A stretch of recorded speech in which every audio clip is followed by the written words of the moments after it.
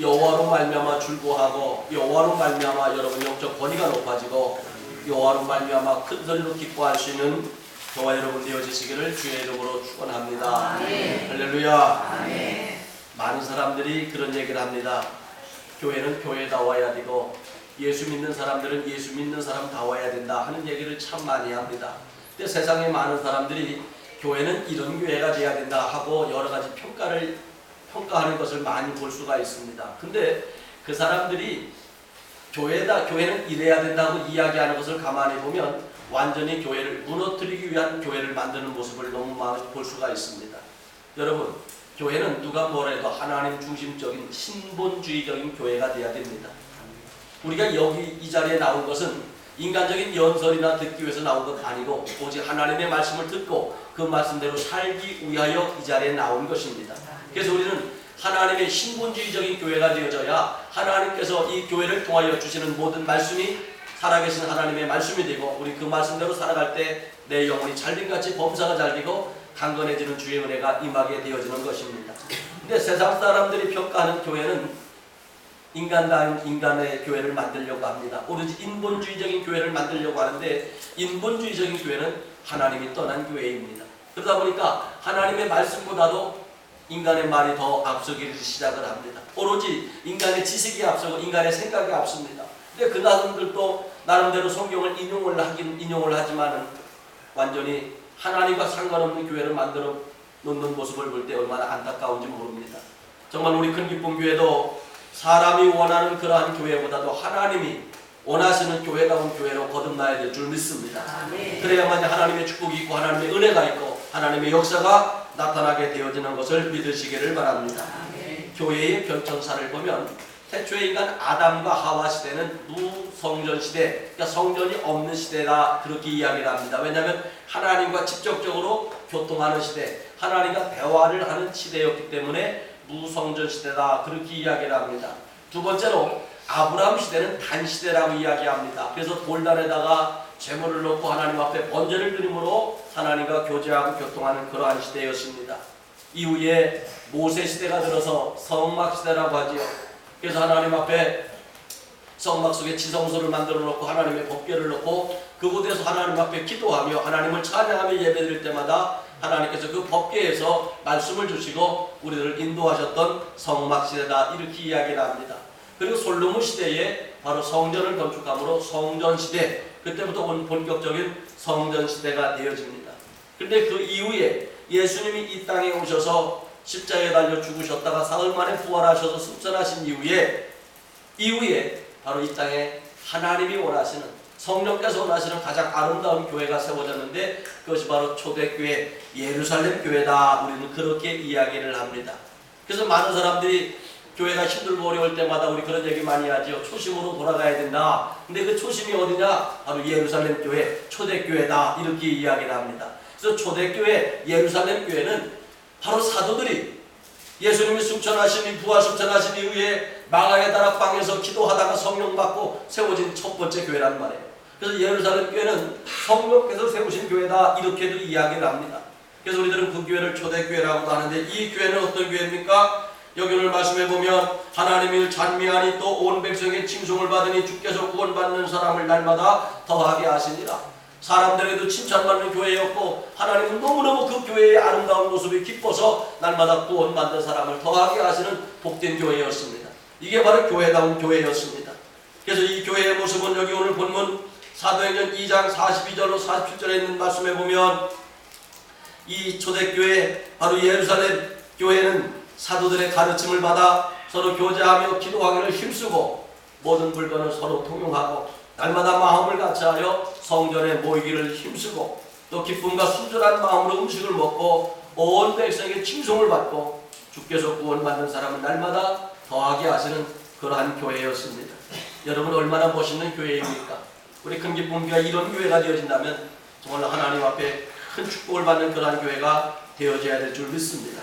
근데 결국에는 이 아름다운 교회를 주님이 축복하셔서 날마다 구원받는 사람을 더하게 하셨다고 했는데 이 교회, 이 초대교회 부흥도 설교회 위주의 교회도 아니었고 행사 위주의 교회도 아니었습니다. 하나님과의 친밀한 교제를 통해서 부흥된 교회였고, 그리고 두 번째, 성도들 안에서는 교인들 간에 서로 성도 간에 친밀한 믿음의 교제로 말미암아 부흥된 교회였던 모습을 볼 수가 있습니다. 그래서 우리 교회도 하나님과 친밀한 교회, 성도 간에 친밀한 믿음의 교제가 있는 교회가 되어야 할 줄 믿습니다. 그래서 그러한 교회는 어떤 교회였을까? 여기 오늘 본문 중심으로 통해서 은혜를 나누고자 합니다. 첫 번째로 이 교회는 어떤 교회냐? 다른 무엇보다도 기도가 충만한 교회였습니다. 42절에 보면 그들이 사도의 가르침을 받아 서로 교제하고 떡을 떼며 오로지 기도하기를 힘쓰니라. 여러분, 다른 무엇보다도 기도가 충만한 교회였습니다. 오로지 기도하기를 힘쓰니라. 여러분, 교회에서는 24시간 기도 소리가 끊어지지 않는 그러한 교회가 되어야 될 줄 믿습니다. 예루살렘 교회는 기도로 시작을 했고 기도로 계속해서 하나님의 역사를 이루었고 기도가 충만한 교회였던 것을 알 수가 있습니다. 여러분, 예수님께서 제자들에게 제일 많이 강조했던 것이 뭡니까? 기도였습니다. 승천하시기 전에도 예수님께서 제자들에게 예루살렘을 떠나지 말고 아버지께서 약속하신 것을 기다려라, 그렇게 부탁을 하셨어요. 근데 그 말씀을 거역을 하고 기도하기 싫어서 떠난 사람들이 있어요. 근데 그 말씀을 끝까지 부여잡고 마가의 다락방에 모여서 기도했던 120명의 사람들, 끝까지 마음을 갖춰야 전혀 기도에 있을 때에 그들에게 성령이 임했던 것을 알 수가 있습니다. 여러분, 바로 이 성령 받은 사람들이 교회를 세웠습니다. 그래서 예루살렘 교회는요, 기도로 시작된 교회였습니다. 기도로 시작했을 뿐만 아니라 계속해서 기도에 전력을 다했습니다. 그래서 여기 오늘 본문 42절에 보니까 오로지 기도하기를 전혀 힘썼다고 하는 말씀이 나오지 않습니다. 또 예루살렘 교회는 기도하면 기도할수록 부흥의 역사가 있는 그러한 교회였습니다. 사도행전 4장 24절에 보면 그들이 듣고 한 마음으로 하나님께 소리를 높이 이르되 대주제여 천지와 바다와 그 가운데 만물을 지으신 자여. 모든 사람이 하나님 앞에 부르짖어 기도하는 교회였다는 얘기예요. 사도행전 4장 29절에 보면 주여 이제도 그들의 위험함을 굽어보시옵고 종도로 하여금 담대히 하나님의 말씀을 전하게 하여 주시옵소서. 기도하는 교회였습니다. 여러분, 교회가 성장한 후에도 사도들이 새로운 행사나 멋진 프로그램에 집중하지 않고 무식할 정도로 기도에 열심이었고 기도에 전무하는 교회였습니다. 그래서 사도행전 6장 4절에 보면 우리는 오로지 기도하는 일과 말씀 사역에 힘씁니다. 오로지 기도하는 일에 힘쓰겠다고 그렇게 이야기를 했습니다. 여러분, 창세부터 요한계시록까지 보면 하나님의 은혜를 체험한 사람들은 어떤 사람들입니까? 하나님의 역사를 체험한 사람들은 어떤 사람들이었습니까? 기도하는 사람들이었습니다. 우리 교회가 이렇게 돼야 된다, 저렇게 돼야 된다, 여러분이 1000번 만번 자꾸 이래야 저래라 말할 것 없습니다. 내가 먼저 하나님 앞에 머리 숙여 기도하고 내 마음을 다하여 떨다하여 기도할 때 하나님께서 우리 교회를 가장 교회다운 교회로 인도하여 주실 줄 믿습니다. 근데 많은 사람들이 기도를 하지 않고 우리 교회는 이래야 된다, 저래야 된다 비판하는 모습을 볼 때 사실 그것은 하나님에 대한 진정한 믿음은 아니라고 생각이 되어집니다. 대한민국의 그 많은 교회들이 교회다운 교회가 되기 위해서는 그 어느 교회나 어떤 성도나 탓할 것이 아니라 내가 먼저 무릎 꿇어 기도할 때 정말 우리 대한민국에 있는 교회다운 교회들마다 교회다운 교회로 거듭만났다면 이 대한민국을 통하여 하나님의 놀라운 역사가 나타나게 되어질 줄 믿습니다. 그러기 위해서 우리 교회가 먼저 교회다운 교회, 하나님이 기뻐 받으시는 교회, 하나님이 칭찬하는 교회로 거듭나야 되기 위해서는 먼저 우리가 기도해야 합니다. 여러분, 다른 무엇보다도 기도하기를 힘쓰고 애쓰는 그러한 믿음을 가질 수 있으시기를 주의 이름으로 축원합니다. 할렐루야. 두 번째로 예루살렘 교회는 다른 그 무엇보다도 회개가 충만한 교회였습니다. 여러분, 사도행전에 보면은요, 사도들이 백성들을 향하여 성도들을 향하여 설교할 때 축복받아라, 응답받아라 이런 설교한 구절이 한 구절도 없습니다. 성공하라고 설교한 구절이 한 구절도 없습니다. 오로지 사도들의 설교는 회개하라였습니다. 성도들이 잘못한 것을 지적을 해주고 죄를 지적을 해주고 회개하라고 촉구하는 설교를 하였습니다. 저들이 그 사도들의 설교를 듣고 마음에 찔림을 받는 사람마다 회개함으로 말미암아 하나님의 역사와 영광이 나타났던 것을 알 수가 있습니다. 여기 오늘 사도행전 2장 37절에도 보면 그들이 이 말을 듣고 마음에 찔려 베드로와 다른 사도들에게 물어 이르되 형제들아 우리가 어찌할꼬 하거늘 베드로가 이르되 너희가 회개하여 각각 예수 그리스도의 이름으로 세례를 받고 죄 사함을 받으라. 그리하면 성령을 선물로 받으니. 회개하라는 설교였습니다. 회개하라는 설교였습니다. 그래서 이 예루살렘 교회는 회개로부터 시작을 했고 회개로 하나님의 역사를 이어나갔던 것을 알 수가 있습니다. 사도행전 3장, 4장, 5장에서도 계속해서 이 사도 베드로는 이스라엘 백성들의 죄를 지적을 하며 회개를 촉구하는 설교가 계속해서 이어지고 있습니다. 사도행전 3장 19절 그러므로 너희가 회개하고 돌이켜 너희의 죄 없이 함을 받으라. 이같이 하면 새롭게 되는 날이 주 앞으로부터 이룰 것이다. 사도행전 5장 31절 이스라엘에게 회개함과 죄사함을 주시려고 그의 오른손으로 높이사 임금과 구조로 삼으셨느니라. 여러분, 예루살렘 교회는 회개의 교회였어요. 우리나라가 복음이 들어와서 제일 활발하게 성령의 역사가 나타난 때가 언제입니까? 1970년대였습니다. 근데 그 1970년대에 목사님들의 설교집을 읽어보면은요, 다른 것 없어요. 회개하라였습니다. 회개하라였습니다. 오로지 목사님들의 설교는 회개하라였습니다. 지난 1월 달에 오살리 기도원에 가서 한 주간 연합 집회를 인도하고 왔습니다. 근데 그 오살리 기도원을 세운 최자식 목사님, 그분 밑에서 몇 년 동안 신앙생활 했다고 했던 그 목사님이 이제 그분이 이제 목사가 돼서 그런 이야기를 하세요. 식사를 대접하면서 그런 이야기를 하더라고요. 자기가 제자식 목사님한테 들은 설교는 딱 두 가지래요. 회개하라, 성령 받아라. 그것만 기억이 난다는 거예요. 어떤 때는 설교 시간에 강단에 서가지고 회개하라! 회개하세요! 회개하세요! 회개하세요! 아직도 죄가 있는 사람이 있습니다. 아직도 회개하지 않는 사람이 있습니다. 회개하세요. 회개하세요. 회개해야 성령이 임합니다. 회개해야 성령의 역사가 있습니다. 늘 그 설교였다는 거예요. 그러니까 자기가 그 몇 년 동안 최다슬 목사님 늘 모시고 다녀가면서 그렇게 예배를 많이 드렸는데 딱 설교 두 가지. 회개하라, 성령 받아라. 그거밖에 없다는 거예요. 지난번에 저희 교회에 헌신 예배를 드리러 오셨던 박종범 목사님이 우리 그 감리교단에서 아주 그 부흥사로서 굉장히 그 활동을 많이 하신 이강산 목사님이라고 하는 분이 계신데 그 이강산 목사님이 그 설교집을 정리를 하면서 그 설교집을 정리하면서 책으로 발간하려고 자기가 정리를 하신다는 얘기를 하시더라고요.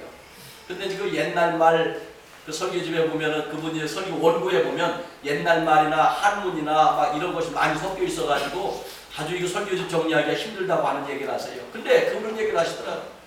이강산 목사님 설교도 두 가지래요. 회개하라, 성령 받아라. 회개하면 성령이 임한다. 근데 여러분, 오늘날은요, 회개하라고 하면 교회 안 가요. 회개하라면 전화 잘하지. 오히려 비판합니다.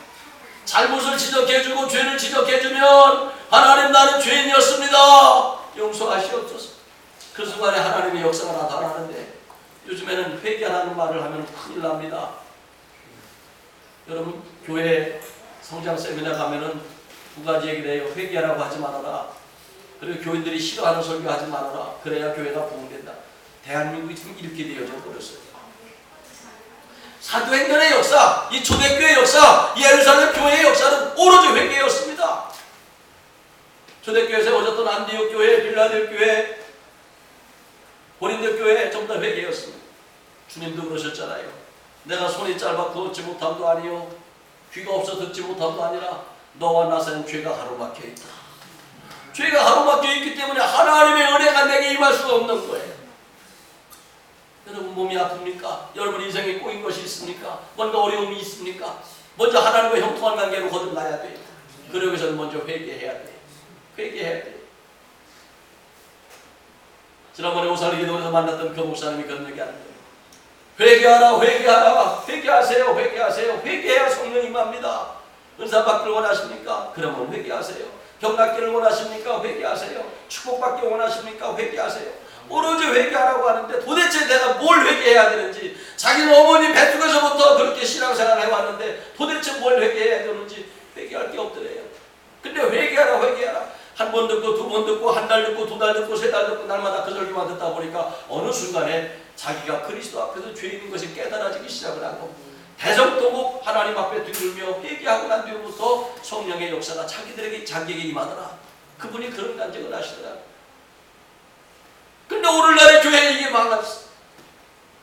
죄를 지적하는 교회가 되지 못하였어요. 이게 바로 교회다운 교회가 되지 못하고 있다는 거예요. 우리 교회는 다른 무엇보다도 회개의 눈물이 있는 교회가 되어야 될 줄 믿습니다. 죄로 인하여 하나님과 관계가 막힌 것이 있다면 오늘 저는 회개하여 하나님과 형통한 그러한 성도들이 되어지시기를 주의 이름으로 축원합니다. 아멘. 세 번째로 초대교회 예루살렘 교회는 어떤 교회였습니까? 사도들의 가르침을 받는 말씀이 충만한 교회였습니다. 여러분, 말씀 충만한 것은 뭡니까? 하나님 말씀 순종하는 거예요. 순종한다는 것은 가르침을 받는다는 거였습니다. 말씀 가르침을 받는다는 것입니다. 구약 시대에는 하나님의 대리자인 선지자들이 있었고 신약 시대에는 바로 예수님의 대리자인 사도들이 있었습니다. 그래서 교회는 하나님과 예수님의 대리자인 선지자들과 사도들이 말씀을 가르쳤고 또 백성들은 그 말씀을 하나님의 음성으로 하나님의 말씀으로 받아들였습니다. 그래서 여러분, 예루살렘 교회는 이 사도들이 하나님의 말씀을 가르치는 곳이었고 또 백성들은 그 말씀을 다 받아들였어요. 그 말씀을 받아들이고 그 말씀대로 살아왔습니다. 그래서 말씀이 충만한 교회였습니다. 말씀이 충만한 교회는요, 아침부터 저녁까지 설교만 많이 한다고 해서 말씀이 충만한 교회가 아니에요. 그 말씀에 순종을 해야죠. 여기 오늘 말씀해 보십시오. 42절, 그들이 사도들의 가르침을 받았다는 얘기는 뭐예요? 순종했다는 얘기예요. 순종을 하니까 그 말씀이 머리끝부터 내 발끝까지 가득 채워지고 내 인생이 그 말씀대로 살아가게 되어지고 내 삶이 그 말씀대로 되어져 가니까 말씀의 역사가, 말씀의 능력이, 말씀의 본능이 그 속에서 나타나게 되어졌던 것을 믿으시기를 바랍니다. 여러분, 말씀은요, 내 심령과 골수를 찔러 쪼갠다고 했잖아요. 내 심령과 골수를 찔러 쪼갠다는 것은 나를 변화시킨다는 거예요.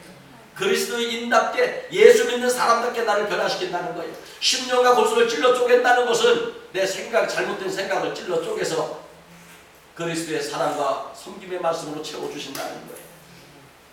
이렇게 좀 바뀌어질 때 그때 더 큰 하나님의 역사가 있게 되어지는 걸 믿으시길 바랍니다.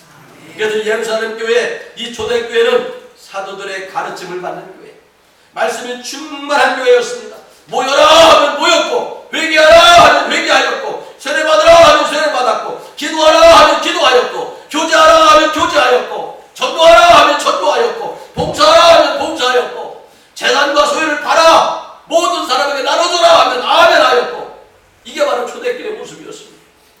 여기 노면이 없었어요. 어떤 말씀이든지. 그래서 여기 오늘 사도행전 읽어보면 보십시오. 그들이 사도의 가르침을 받아 서로 교제했습니다. 떡을 뗐습니다. 그리고 기도하였습니다. 이게 말씀이 충만한 교회입니다. 여러분, 교회는 세 가지 얘기하죠. 성령 충만, 은혜 충만, 말씀 충만. 근데 말씀은 듣기는 들어도 내가 순종하지 않으니까 나하고 상관이 없는 말씀이 되어지는 거예요. 하나님의 모든 말씀 가슴에 새겨서 살아가는 믿음이 되어지시기를 주의 이름으로 축원합니다. 저는 지금도 우리 아이들을 보면 그 생각이 나요. 우리 아이들이 어렸을 때 두 녀석이 제 차 뒤에서 이제 그러는 거예요. 둘째가 누나한테 물어보더라고. 누나, 사람의 귀가 왜 두 개인지 알아? 그랬더니 한다는 얘기가 안경 쓰기 좋으라고. 가만히 생각해보니까 그 얘기가 맞아요. 귀가 하나면 안경 쓰는 게 얼마나 불편했겠어요. 그랬더니 밑에 동생이 또 한마디 하더라고. 그게 아니라 쓸데없는 얘기는 한 귀로 듣고 한 귀로 흘리라고. 그 얘기 듣는 순간에 은혜가 되더라고. 맞아요. 사람의 귀가 두 개인 이유는 쓸데없는 얘기는 한 귀로 듣고 한 귀로 흘리라는 거예요. 그때 누나가 한마디 더 하더라고. 그게 아니라 아빠가 설교할 때 양쪽 귀로 듣고 가슴에 새기라고. 얼마나 은혜 받았는지. 그 주간에 우리 교회 설교 제목이 굉장히 길었어요. 왜? 사람의 귀가 두 개인지 아십니까? 사람의 귀가 두 개인 이유는요, 첫째는 안경 쓰기 좋으라고. 이래야 모든 사람들이 다 알아들을 수 있습니다. 두 번째, 쓸데없는 얘기는 한 귀로 듣고 한 귀로 흘리라고. 세 번째, 가장 중요한 거지요. 하나님의 말씀은 양쪽 귀로 듣고 가슴에 새기라는 거예요. 가슴에 새겨놨으니까 너희 마음판에 하나님의 말씀을 새기라고 했잖아요. 그러니까 그 말씀대로 살 수밖에 없는 거예요. 근데 내 가슴에, 내 마음에 하나님의 말씀이 없어요. 하나님의 말씀이 없으니까 그 말씀대로 살고 싶어도 못 살고 있는 거예요. 그래서 교회다운 교회, 우리 교회는 이런 교회 되어졌으면 좋겠어. 여러분, 그런 얘기 할 것 없어요. 이 설교 말씀에만 순종하신다면 말씀에 충만한 교회가 되어요. 이 말씀에 기록된 32,500가지의 축복이 여러분에게 임하게 되어지는 걸 믿으시길 바랍니다. 이게 말씀의 역사예요. 이게 말씀의 역사예요. 내가 말씀에 충만한 사람이 되어지면 이 말씀 속에 있는 치유의 역사가 여러분에게 임하게 되어지는 것이고, 내가 하나님 이 사도의 가르침을 받아 말씀에 순종하며 말씀의 가르침을 받아 살아가면 이 말씀의 기록대로 하나님의 은사와 능력과 권능이 내 삶 속에 임하게 되어지는 것을 믿으시길 바랍니다. 이게 성령의 역사였어요. 이게 성령의 역사였어요. 근데 그 하나님의 말씀을 거역하고 사도들이, 선자들이, 예언자들이 그렇게 외치고 외쳤지만은 백성들이 받아들이지 않을 때가 언제였습니까? 그때가 바로 타락할 때였습니다. 그때가 죄가 관영한 때였습니다. 그러다 보니까 이방 사람들이 막 이스라엘 땅을 공격을 해와서 힘들게 하고 어렵게 했던 것이 바로 구약 성경의 역사였지 않습니까? 그러니까 구약 시대에 하나님의 축복이 가장 많이 임할 때는 이 제사장들, 선지자들, 예언자들 이들의 가르침을 백성들이 받을 때는 하나님의 축복이 있었습니다. 근데 아무리 외쳐도 가르침을 받지 아니할 때, 불순종할 때, 거역할 때 하나님의 역사가 나타나지 않았습니다. 그게 바로 타락할 때였습니다. 그러다가 바벨론의 포로로 끌려다니고 하고 이러한 일들이 얼마나 많이 있었습니다. 오늘 사랑하는 성도 여러분, 우리 다른 무엇보다도 하나님의 말씀을 가슴에 새기고 그 말씀대로 살아가는 그러한 믿음이 되어질 수 있으시기를 주의 이름으로 축원합니다. 하나님은 그 말씀을 듣고 그 가르침을 받으며 사는 교회와 성도들을 백성들은 칭송하였고 하나님은 날마다 구원받는 사람을 더하게 하였습니다. 그런데 오늘날의 교회는 가르쳐도 듣지 않는 교회. 하나님이 무엇라고 하십니까? 가르쳐도 듣지 않는 성도들 하나님이 무엇라고 하십니까? 많은 사람들이 그런 얘기를 해요. 전도하기 참 힘들다. 왜 힘드느냐? 얘기 몇 마디 말하면 성경 구절을 더 잘 알아요. 제가 국내를 가면 뭐 얘기만 하면 성경 구절을 줄줄줄 꿰서 그냥 말씀하시는 분들 굉장히 많아요. 근데 성경 말씀 구절을 알면 뭐예요? 그 말씀대로 살지 못한다면 소용이 없는 거죠.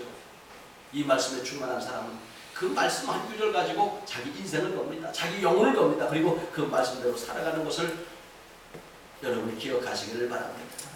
내가 하나님의 말씀에 순종하지 않으면 어떻게 됩니까? 누가복음 3장 8절에 예수님은 그렇게 말씀하셨어요. 그러므로 회개에 합당한 열매를 맺고 속으로 아브라함이 우리 조상이란 말하지 마라.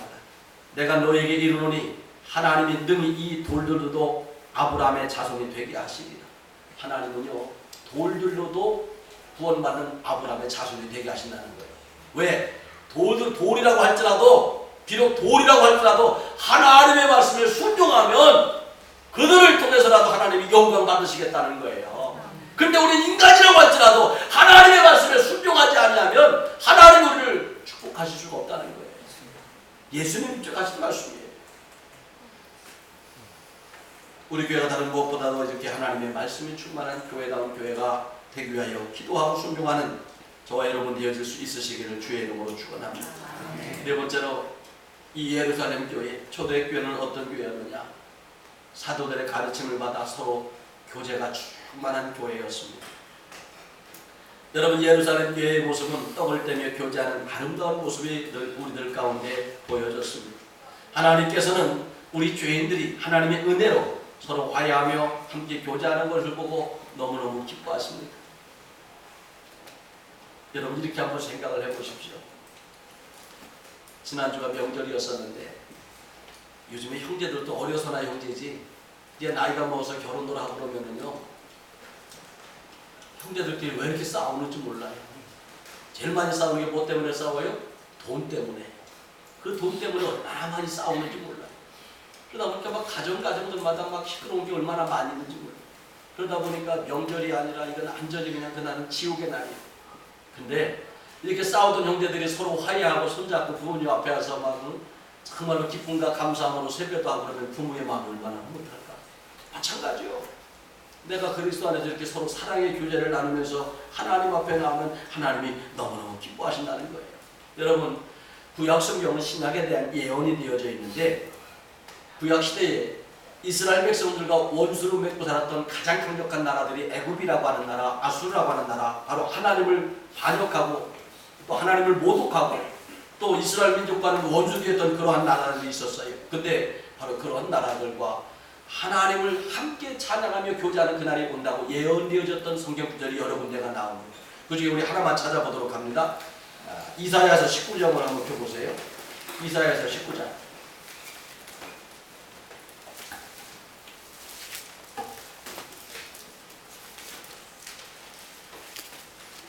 이사야서 19장입니다. 제가 가지고 있는 성경은 989면입니다. 989면. 찾으신 분만 하면 989면 19절 시작. 그날에 애굽 땅 중앙에는 여호와를 위하여 제단이 있겠고 그 변경에는 여호와를 위하여 기둥이 있을 것이요. 자, 이건 뭘 얘기하는 거냐? 성령 받은 이 시대를 이야기하는 거예요. 애굽 땅 중앙, 하나님을 모욕하고 배반하고 우상을 숭배하던 그 나라 중앙에 여호와의 성전이 세워질 것을 이야기하는 거예요.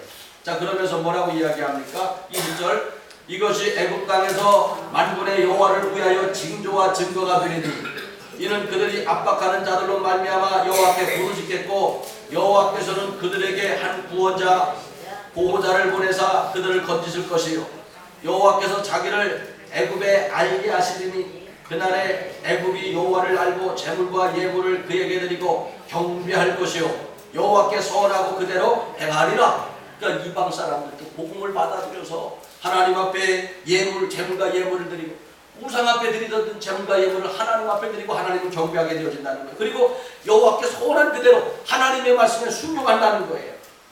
자, 그런데요 22절을 보십시오. 그랬더니 22절 같이 읽습니다. 여호와께서는 애굽을 치실지라도 치시고는 못 치실 것이므로 그들이 여호와께로 돌아올 것이라. 여호와께서 그들의 간구함을 들으시고 그들을 고쳐 주시리라. 할렐루야.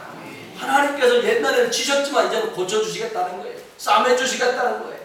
그래서 그들의 간구함, 그들의 기도를 들으시고 하나님이 도와주신다는 거예요. 근데 가장 중요한 것이 있습니다. 23절을 다 같이 한번 읽습니다. 그날에 애굽에서 아수르를 통하는 대로가 있어 아수르 사람은 애굽으로 가겠고 애굽 사람은 아수르로 갈 것이며 애굽 사람이 아수르 사람과 함께 뭐하리라? 경배하리라. 그렇게 서로 원수 맺고 살던 사람들이 여호와 앞에 경배하는 날이 이룰 것이라는 거예요. 여러분 이게 뭘 얘기하는 거예요? 여러 민족을 이야기하는 거예요. 근데 이 이사야서 19장에 이사야 선지자가 예언해 놓은 것이 어디에서 이루어졌느냐? 자, 말씀을 봅니다. 사도행전 2장을 보세요. 사도행전 2장. 아수르 민족, 애굽 민족, 그 여러 민족들이 하나님을 찬양하게 되어진다고 그랬는데 사도행전 2장 9절을 봅니다. 자, 보십시오. 사도행전 2장 9절. 우리는 아데인과 메데인과 엘람인과 또 메소포타미아, 유대와 갑바도기니아, 온도와 아시아, 부르기아와 밤빌리아, 애굽과 구레네에 가까운 리비아 여러 지방에 사는 사람들과 로마로부터 온 나그네 곧 유대인과 유대교에 들어온 사람들과 그레데인과 아라비아인들이라. 우리가 다 우리의 각 언어로 하나님의 큰 일을 말함을 듣는도다. 할렐루야. 그렇게 보십시오.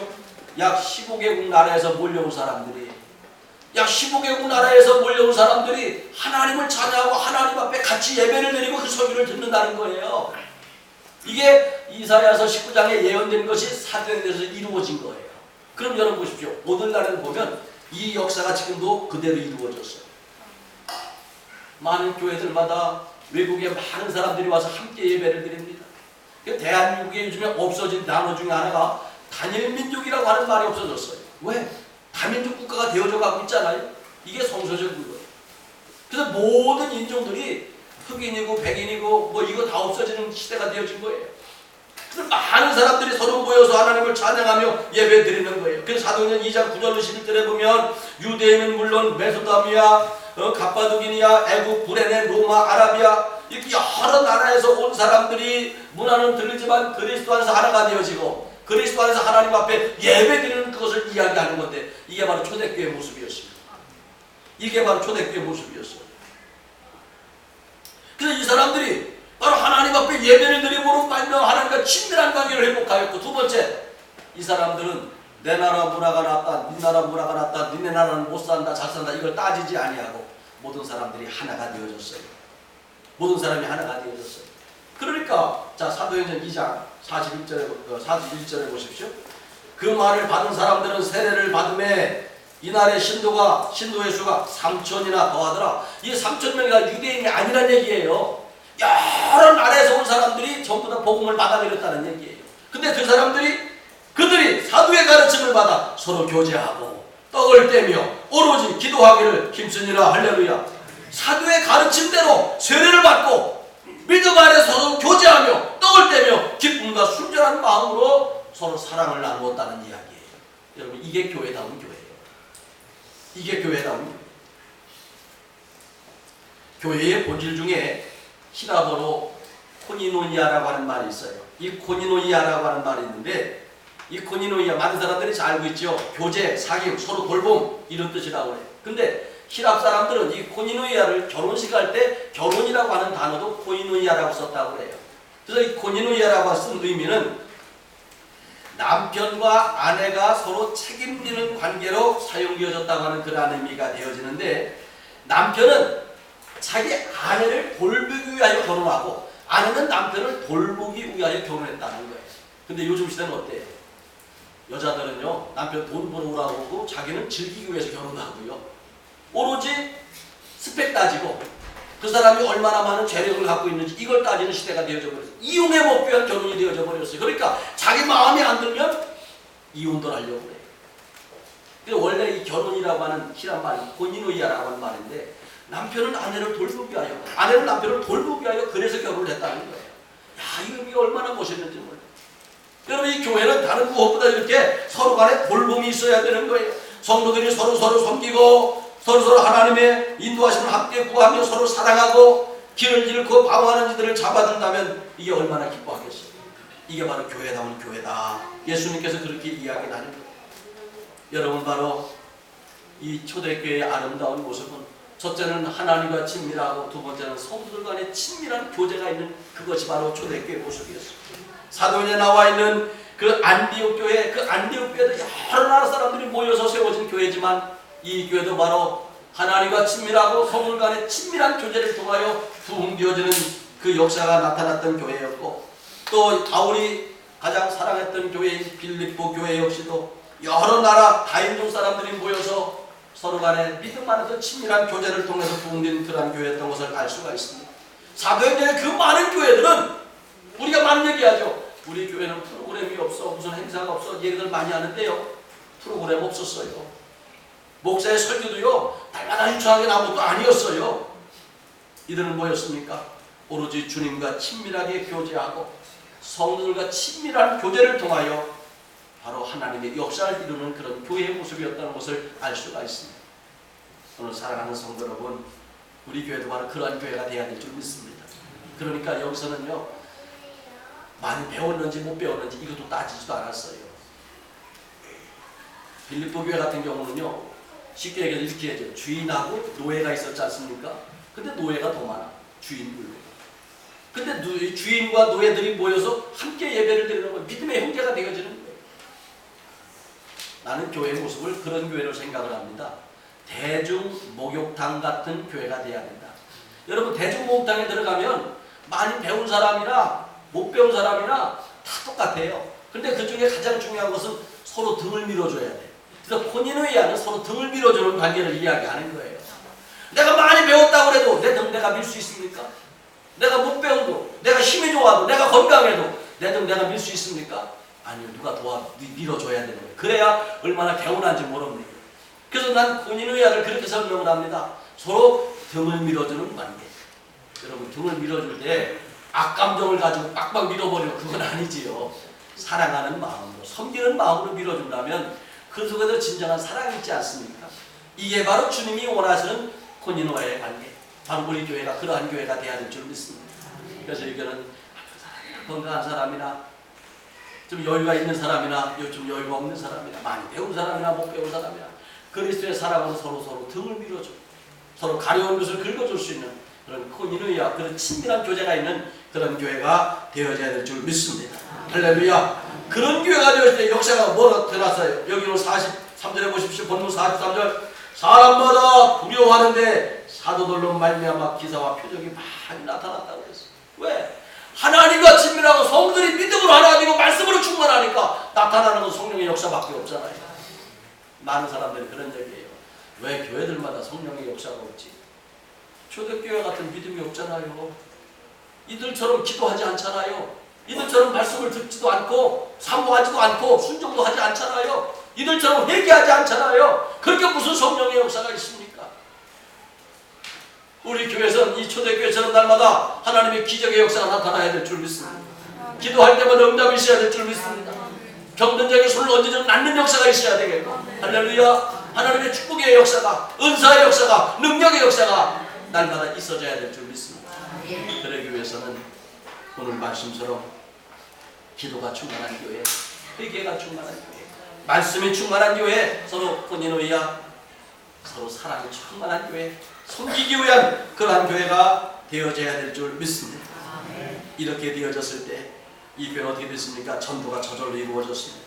전도 훈련 받은 것도 아니었습니다. 전도하는 기술을 습득한 것도 아니었습니다. 기도하고 회개하고 말씀으로 가르침을 받는 대로 살아갔더니, 그리고 말씀의 가르침을 받는 대로 서로 사랑으로 교제를 하였더니 바로 전도가 저절로 이루어졌습니다. 부흥이 저절로 이루어졌습니다. 바로 이게 초대교회 모습이었습니다. 그래서 여기 오늘 47절 하나님을 찬미하며 또 온 백성에게 칭송을 받으니 주께서 구원받는 사람을 날마다 더하게 하시니라. 할렐루야. 이 초대교회의 그 아름다운 모습이 우리 큰 기쁨교회의 모습이 되기를 여러분 기도하시고, 이 초대교회처럼 만들어 나갈 때 이 교회를 통해 날마다 기사와 표적이 많이 나타나고 하나님의 살아계신 역사가 나타나는 아름다운 교회가 되어질 줄 믿습니다. 기도하겠습니다.